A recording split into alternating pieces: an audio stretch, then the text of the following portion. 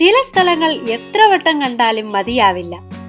അതിനു കാരണം വേറൊന്നുമല്ല, സ്ഥലം പഴയതാണെങ്കിലും അനുഭവങ്ങൾ എപ്പോഴും പുതിയതായിരിക്കും.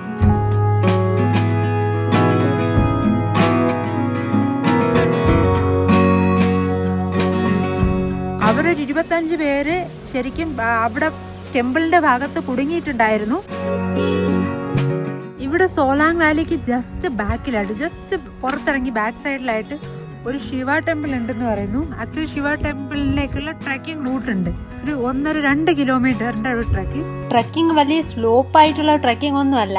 എന്നാലും ചെയ്യാൻ ബുദ്ധിമുട്ടുണ്ടെങ്കിൽ ഇങ്ങനെ ATV വെഹിക്കിളിലും പോകാം. ഇതിന്റെ ചാർജ് വെറും 300 രൂപയേ ഉള്ളൂ പോയി തിരിച്ചു വരാനായി. എന്തായാലും ഞങ്ങൾ നടന്നു തന്നെ പോവുകയാണ്. ഞങ്ങളിപ്പോ ട്രക്ക് ചെയ്യുമ്പോൾ എന്തായാലും ഞങ്ങളുടെ കൂടെ വരുന്ന ഓപ്പോസിറ്റ് ആക്ച്വലി കണ്ടിട്ട് വരുന്ന എല്ലാവരും വോൺ ചെയ്യുകയാണ്. നദിയിൽ വെള്ളത്തിന്റെ ഫ്ലോ ശരിക്കും നല്ല പവർഫുൾ ആണ്. അത് കാരണം അമ്പലത്തിലേക്ക് പോകാൻ പറ്റത്തില്ല. ഫ്ലോ കാരണം നദി ക്രോസ് ചെയ്യാൻ പാടാണ്. അവരും ആരും ക്രോസ് ചെയ്തിട്ടില്ല. പക്ഷെ അവിടെ വാട്ടർഫോൾ ഉണ്ട്, അത് കാണാം, അതിന് കുഴപ്പമൊന്നുമില്ല. അപ്പൊ എന്തായാലും ഞങ്ങളിപ്പോ മുന്നോട്ട് തന്നെ പോവാണ്.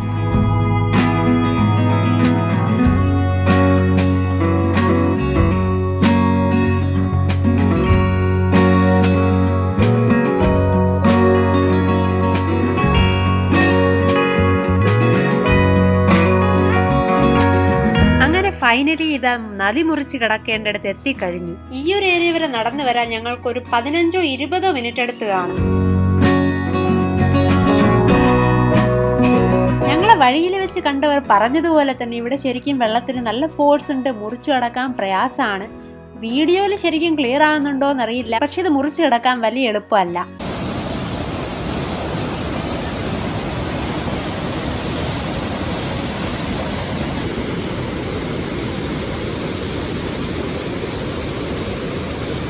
ശരിക്കും നല്ല വെള്ളമുണ്ട്, നല്ല ഫോഴ്സും ഉണ്ട്, ക്രോസ് ചെയ്യാൻ പറ്റത്തില്ല. തിരിച്ചിറങ്ങി തുടങ്ങി ഞങ്ങള്. ശരിക്കും അമ്പലം വരെ പോകാൻ പറ്റിയില്ല. ക്രോസ് ചെയ്ത് നദി ക്രോസ് ചെയ്ത് ടെമ്പിളിലേക്ക് പോകാനായിട്ട് ബ്രിഡ്ജ് ഉണ്ടായിരുന്നു. പക്ഷെ ഇന്നലെ ഇവിടെ ശരിക്കും നിറയെ വെള്ളം ഉണ്ടായിരുന്നു.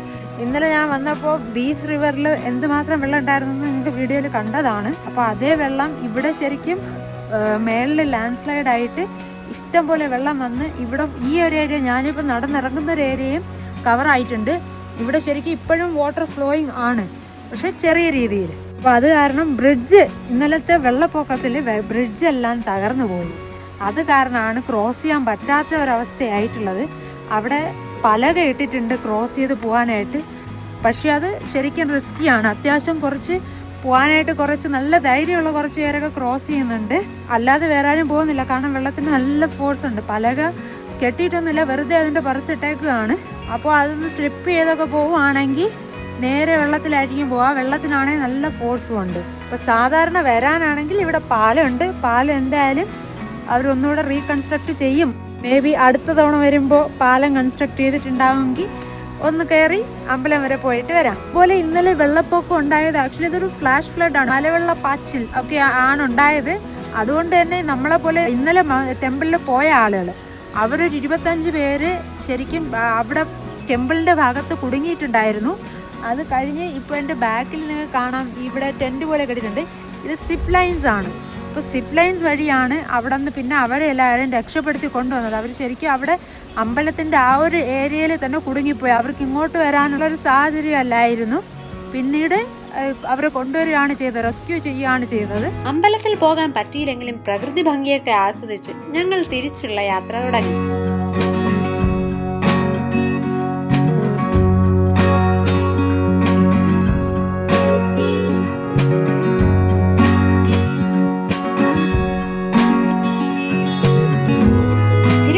വഴിയിൽ ഈ ഹിമാചലി അട്ടയറൊക്കെ സെറ്റ് ചെയ്ത് ഫോട്ടോ എടുക്കുന്ന ഒരു പരിപാടി ഞാൻ കണ്ടു. ഇത് ഹിമാചൽ സൈഡിലെ ടൂറിസ്റ്റ് സ്പോട്ടിൽ എവിടെ വന്നാലും കാണാൻ കഴിയുന്ന ഒരു സംഭവമാണ്. അപ്പൊ ഞാനും ഒന്ന് ട്രൈ ചെയ്യാന്ന് വിചാരിച്ചു.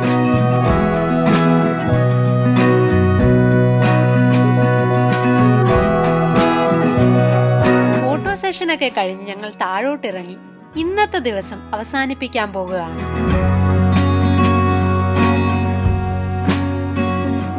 മൂന്നാമത്തെ അവസാനത്തെ ദിവസമാണ് ഇന്ന്. ഇവിടെ നിന്ന് തിരിക്കുകയാണ് ശരിക്കും ചണ്ഡീഗഡിലേക്ക്. പക്ഷെ ഞങ്ങൾക്ക് ഒരു പോയിന്റ് ഞങ്ങൾക്ക് മിസ്സായി പോയി, ഹഡിംബ ടെമ്പിൾ. അപ്പോൾ അതുകൂടി വിസിറ്റ് ചെയ്തിട്ടാണ് തിരിച്ചു പോകുന്നത് ചണ്ഡീഗഡിലേക്ക്. മണാലിയുടെ മാൾ റോഡിന് വളരെ അടുത്താണ് ഹഡിംബ ടെമ്പിൾ സ്ഥിതി ചെയ്യുന്നത്. ഈ ഒരു പോയിന്റ് മണാലി ഐറ്റിനറിയിൽ ഒരു വളരെ ടൂറിസം പ്രശസ്തി ഉള്ളൊരു സ്ഥലമാണ്. ഞങ്ങൾ കുറച്ച് നേരത്തെ വന്നത് കാരണം വലിയ തിരക്കും ഇല്ല, ഷോപ്സ് ഒന്നും ഓപ്പൺ ആയിട്ടില്ല. ബാക്കിൽ ഇപ്പോൾ കാണുന്നതാണ് ഹഡിംബ ടെമ്പിൾ. ഹഡിംബ ടെമ്പിൾ ശരിക്കും ഒരു വളരെ പുരാതനമായിട്ടുള്ള ഒരു ടെമ്പിൾ ആണ്. ഈ അമ്പലത്തിന്റെ എക്സ്റ്റീരിയർ പോർഷൻ, അതായത് മൊത്തം വുഡിലുണ്ടാക്കിയ പോർഷൻ ഏകദേശം 1570-കളിൽ ഉണ്ടാക്കിയതാണ്. എന്നാൽ അകത്തുള്ള മൂർത്തികളെല്ലാം മഹാഭാരതത്തിന്റെ ടൈമിലേ ഉള്ളതാണെന്നാണ് ഇവിടുത്തുകാരുടെ വിശ്വാസം. ഹഡിംബ ടെമ്പിൾ വിസിറ്റ് ചെയ്യുകയാണെങ്കിൽ ഈ ജസ്റ്റ് ടെമ്പിളിന്റെ ബാക്ക് സൈഡിൽ തന്നെയുള്ള ഈ ഒരു പൈൻ ഫോറസ്റ്റ്, ഇതൊരു ട്രെക്കിംഗ് ഏരിയ ആണ്. ഇത് വിസിറ്റ് ചെയ്യാൻ മറക്കരുത്. ജസ്റ്റ് ബാക്ക് സൈഡിൽ തന്നെയാണ്. ഇത് കാണാൻ വളരെയധികം ഭംഗിയാണ്. എസ്പെഷ്യലി മഴക്കാലത്ത് വളരെയധികം ഭംഗിയുള്ള ഒരു സ്ഥലമാണ്. അപ്പോൾ ഇത് മിസ് ചെയ്യരുത് ഹഡിംബ ടെമ്പിളിൽ വരുമ്പോൾ. അങ്ങനെ മണാലിയുടെ ലാസ്റ്റ് പോയിന്റ് ആയ ഹഡിംബ ടെമ്പിളും വിസിറ്റ് ചെയ്ത് തിരിച്ച് ചണ്ഡീഗഡിലേക്കുള്ള യാത്ര സ്റ്റാർട്ട് ചെയ്യുകയാണ്. ഈ വീഡിയോ നിങ്ങൾക്ക് ഇഷ്ടപ്പെട്ടു എന്ന് വിശ്വസിക്കുന്നു.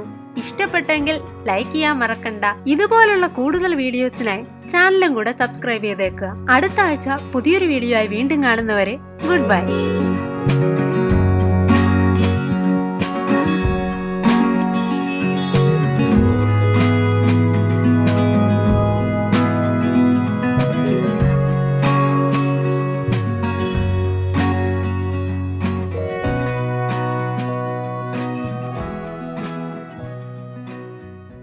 നീല, വയലറ്റ്, അത് വേറെ കളറിലാണ്. അത് ഓരോന്നും ഓരോ ടൈമിൽ ഓരോ കളറാണ്.